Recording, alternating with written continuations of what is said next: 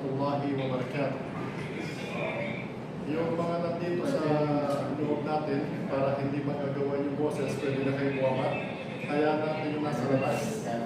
Kasi meron tayong mga nasa Sharqiya, nasa Tagadamam, at meron tayong iba na medyo malayo sila.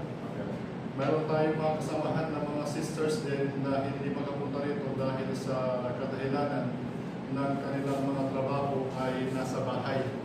So maaaring makakasama natin sila, binilaw ta'ala, sa pag-alis natin this coming days, inshallah. And then we would like to inform you all na itong dawra na ito po ay isang araw lamang.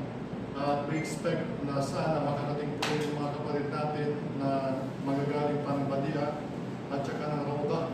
Sa Badia, mayroon po silang 4. Sa Rauda, mayroon po silang 8. At napag-usapan namin kahapon na sila itadalo sa atin para makasama tayo at malaman natin kung sino yung mga makakasama natin sa gagawin natin na Hajj.